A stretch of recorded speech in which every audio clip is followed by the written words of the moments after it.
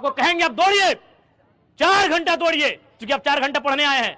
4 घंटा दौड़िए और झारखंड का नंबर 1 रनर बन के सामने आइए। आपके उठने से 2 घंटा पहले आपकी मां उठती है, उठकर सबसे पहले हाथों में झाड़ू थामती है। क्यों मालूम है ना? उसका भी दिल कहता है कि मेरी बेटी जब बड़ी हो जाए तो 4 बजे नहीं 8 बजे उठे और झाड़ू नहीं कलम थाम कर किसी ऑफिस में बैठकर अपना काम संभाले। Discipline makes the nation great.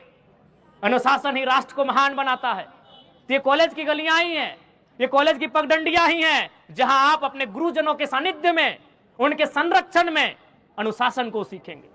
हमने जो तपाया है, अपने आप को गलाया है, उसका रिजल्ट लेके आए हैं।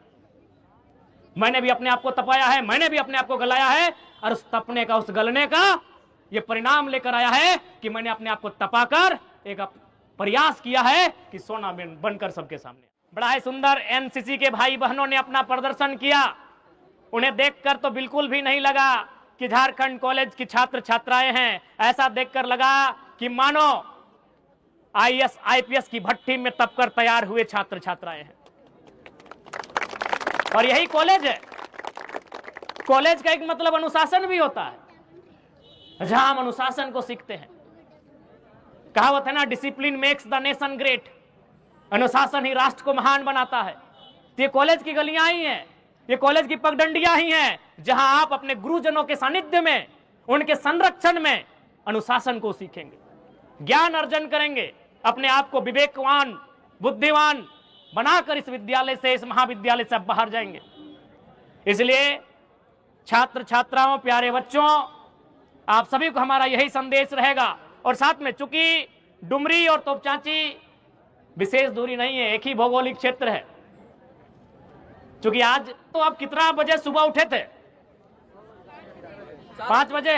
अरुण के बजे उठले? 5 बजे उठे होंगे। अब आप पता कर लीजिए, आपकी मां आपसे 2 घंटा पहले उठी होगी। हाँ या ना, बस इतना बोलिएगा। आप अगर 5 बजे उठे हैं तो आपकी मां 4 बजे या 3:30 बजे उठी होगी।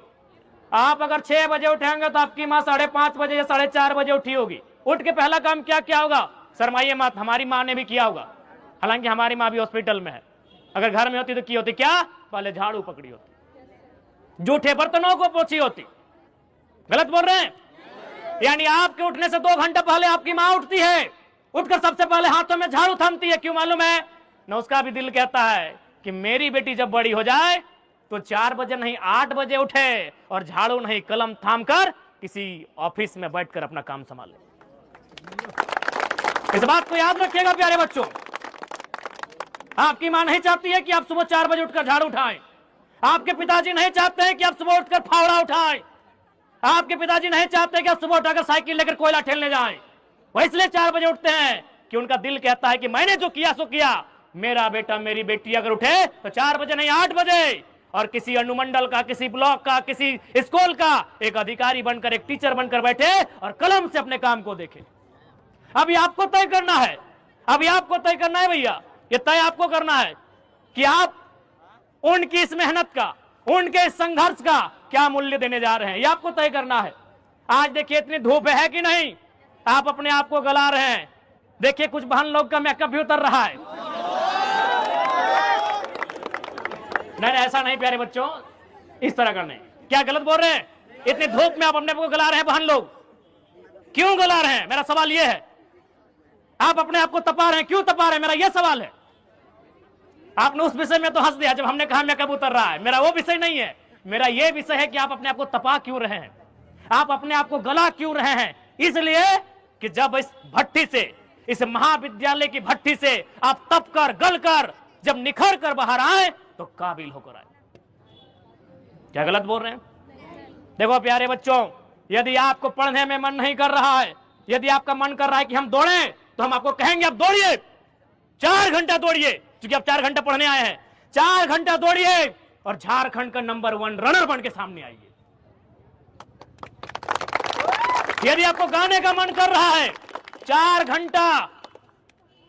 घंटा प्रैक्टिस कीजिए और एक गीतकार बन के सामने आइए।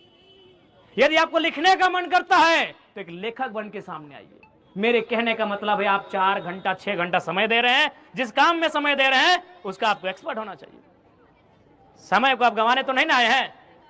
मौज मस्ती के उद्देश्य से नहीं आए हैं, आप कुछ पाने के उद्देश्य से आए हैं।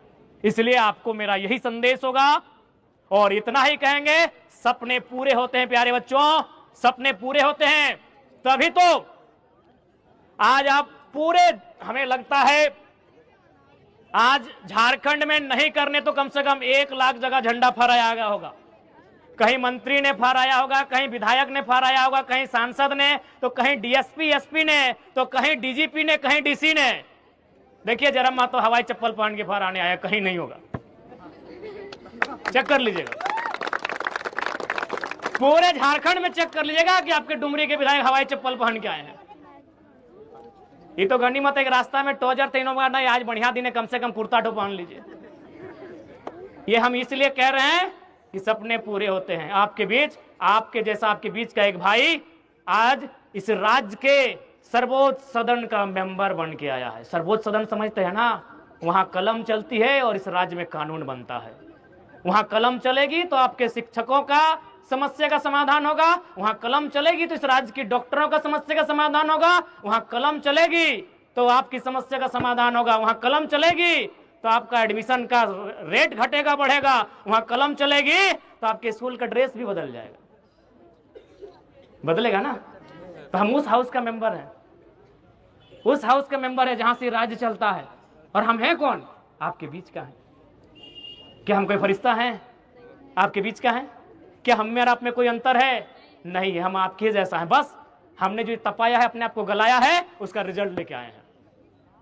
मैंने भी अपने आप को तपाया है, मैंने भी अपने आप को गलाया है, और उस तपने का, उस गलने का ये परिणाम लेकर आया है कि मैंने अपने आप को तपाकर एक प्रयास किया है कि सोना बनकर सबके सामने आए। इसलिए समय का अभाव है। उनके जहन में एक ही सवाल था कि आजाद तो हम हो चुके हैं, लेकिन ये आजादी टिकेगी कैसे? ये आजादी टिकेगी कैसे? क्योंकि हम लोग विभिन्न धर्मों में बटे हुए लोग हैं, विभिन्न संप्रदायों में बटे हुए लोग हैं, विभिन्न प्रकार की बोलियां बोलते हैं, विभिन्न प्रकार के देवी देवताओं में आस्था रखते हैं। यानी हमारे ईश्वर एक नहीं, हमारी भाषा एक नहीं, हमारी बोली एक नहीं, हमारा पहनावा एक नहीं, हमारा रहन सहन एक नहीं, हमारा खान पान एक नहीं, हमारे बात करने का लहजा एक नहीं, हमारी संस्कृति एक नहीं, तो हम एक कैसे रहेंगे? ये सबसे बड़ी चुनौती थी आजाद भारत में। तो उस चुनौती से निपटने के लिए भारत देश के विद्वानों ने यह तय किया कि भारत देश में संविधान का रूप दिया जाएगा, एक लोकतंत्र, एक गणतंत्र की व्यवस्था की जाएगी, और वही इन चुनौतियों का सामना करेगा, वही इन चुनौतियों को एक सूत्र में बांधने का काम करेगा, जिसे हम गणतंत्र कहते हैं। प्यारे बच्चों, गणतंत्र की परिभाषा हमें किताबों में पढ़ने, किताबों की लंबी लंबी लाइनों में नहीं, उस नाम में छुपा है गणतंत्र का मतलब क्या है। गण यानी लोग, गण मतलब क्या? लोग।